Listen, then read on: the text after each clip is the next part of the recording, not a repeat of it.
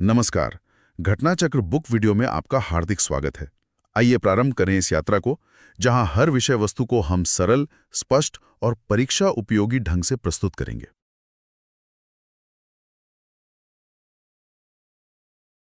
नमस्कार। चलिए आज बात करते हैं एक ऐसे न्यूट्रिएंट की जो हमारे शरीर के लिए बहुत जरूरी है, लेकिन जिसके बारे में शायद हम उतना नहीं सोचते। जी हाँ, आज हम बात करने वाले हैं प्रोटीन की। तो चलिए सीधे मुद्दे पर आते हैं। आपने नोटिस किया होगा ना कि आजकल हर तरफ प्रोटीन की ही बात हो रही है। जिम से लेकर सोशल मीडिया तक ये एक हॉट टॉपिक बन गया है। पर सवाल ये है कि आखिर इतना बज़ है क्यों इसके बारे में? देखिए, हाल ही में सरकार और बड़े बड़े हेल्थ ऑर्गेनाइजेशंस का भी ध्यान इस पर गया है। चाहे वो बच्चों के लिए पोषण की योजना हो या फिर हेल्दी खाने के लिए नई गाइडलाइंस, सबका फोकस एक ही चीज़ पर है कि हमें अपने प्रोटीन इंटेक को सीरियसली लेना होगा। तो इसकी इंपॉर्टेंस समझने के लिए सबसे पहले ये जानना जरूरी है कि भाई ये प्रोटीन आखिर है क्या चीज। अगर बिल्कुल आसान भाषा में समझें तो प्रोटीन अमीनो एसिड नाम की छोटी छोटी ईंटों से बनी एक दीवार है, और यही ईंटें हमारे शरीर के लगभग हर काम के लिए जिम्मेदार हैं। सच में ये लाइफ के बिल्डिंग ब्लॉक्स हैं। और ये ज़रूरी बिल्डिंग ब्लॉक्स हमें कई तरह के खाने से मिलते हैं।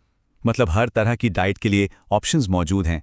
दालों और नट से लेके दूध, अंडे और मीट तक प्रोटीन के सोर्स हर जगह हैं। इसको बॉडी बिल्डिंग न्यूट्रिएंट का नाम दिया गया है। और ये बिल्कुल ऐसे ही नहीं है। ये सिर्फ मसल्स नहीं बनाता, बल्कि हमारे शरीर में जो रोज़ाना की टूट फूट होती है उसे भी रिपेयर करता है। सच में ये हमारे शरीर का बिल्डर है। अच्छा, अब आते हैं नंबर्स पर, क्योंकि प्रोटीन को लेकर ना बहुत सारी बातें होती हैं, कुछ सच, कुछ सुनी सुनाई। तो चलिए फैक्ट्स और मिथ्स को अलग करते हैं। यहाँ एक बहुत ही कॉमन सवाल है, कभी सोचा है हमारी बॉडी का कितना % हिस्सा एक्चुअली प्रोटीन से बना होता है? क्या लगता है? देखिए, यहाँ सबसे दिलचस्प चीज़ क्या है, वो है सोच और हकीकत के बीच का गैप।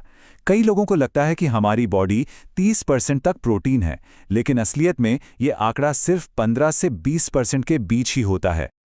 तो बस एक सिंपल सा रूल ऑफ थंब याद रखिए, किसी भी इंसान के शरीर का वजन जितना भी हो, उसका लगभग छठा हिस्सा ही प्रोटीन होता है। ये बड़ा चढ़ाकर किए गए दावों को पहचानने में मदद करता है।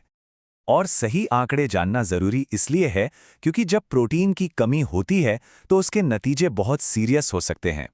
ये सिर्फ हल्की फुल्की कमजोरी या थकान की बात नहीं है, बात इससे कहीं ज्यादा गंभीर है। और इसी कमी से होती है एक बहुत ही सीरियस हेल्थ प्रॉब्लम, जिसे कहते हैं प्रोटीन एनर्जी मैलन्यूट्रिशन, यानी कि PEM। ये तब होता है जब शरीर को लंबे समय तक ना तो पूरा प्रोटीन मिलता है और ना ही एनर्जी। ये टेबल सिर्फ नंबर्स नहीं दिखा रहा है, ये PEM के दो अलग अलग भयानक चेहरे दिखा रहा है।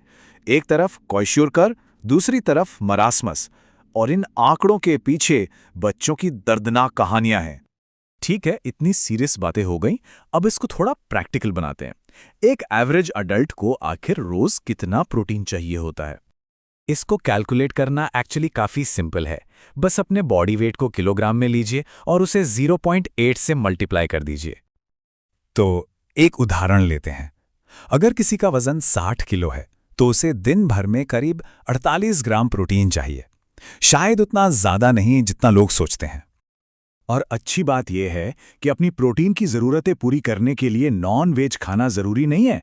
सोयाबीन जैसी कई प्लांट बेस्ड चीजें हैं जो हमें कंप्लीट प्रोटीन दे सकती हैं, मतलब जिसमें सारे जरूरी अमीनो एसिड्स होते हैं।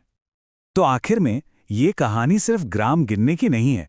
असली सवाल तो ये है कि हमारे शरीर के लिए प्रोटीन बैलेंस का सही मतलब क्या है, वो सही संतुलन क्या है जिससे हमारा शरीर अपना काम बेस्ट तरीके से कर सके।